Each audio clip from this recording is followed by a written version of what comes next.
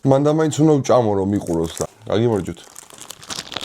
ეს ხუმრობით, ეხლა შევეხოთ თემას, როცა მეკითხებით, რომ კი გავივლი კურსს, მაგრამ დამასაქმებთ კიდევაც. დასაქმებას ესე ვერავინ ვერ შეგპირდებათ, მეგობრებო. მე თვითონაც კურსი გავიარე თავის დროზე 3 წლის წინ. კურსის დამთავრებამდე 1 კვირით ადრე დავიწყე სამსახური მე თვითონ. მოვიზიე Facebook ჯგუფები, Jobs-ში და ასე შემდეგ. ბევრგან გავიარე გასაუბრება და ამიყვანე სამსახურში. მე ვერ შეგპირდებით ესეთ სამსახურის დაწყებას, თუმცა შეგპირდებით იმას, რომ დისპეჩინგის გარშემო, რაც საჭირო იქნება, ძღოლთან ლაპარაკი, ბროკერთან ლაპარაკი, ტონუს მოთხოვნა detention-ის მოთხოვნა და ასე შემდეგ, ყველაფერს აგიხსნით და არ დამეზარება არაფერს ახსნა. შაბათ-კვირას Zoom-ში ჩავერთვებით, გავითამაშებთ ამ სცენებს და ასე ვთქვათ, მზად იქნებით დისპეჩერობისთვის. ყველაფერი გეცოდინებათ მის გარშემო, ერთ თვეში, ერთი თვის ინტერვალში გასწავლით ყველაფერს, რაც დისპეჩერს სჭირდება. ამის შემდეგ კი სამსახურის პოვნა და ყველაფერი თქვენზეა დამოკიდებული. მეც რა თქმა უნდა დაგეხმარებით, ბევრ კომპანიაში მიმუშავია, ყავს მეგობრები სხვადასხვა კომპანიებში დაგეხმარებით, თუმცა ვერავინ ვერ შეგპირდებათ სამსახურის დაწყებას. თუმცა დისპეჩერობა ეს ყველაფერი არ არის. დისპეჩერს სჭირდება ასევე გამძლე ნერვები, რაც ნომერი პირველია ამ საქმეში.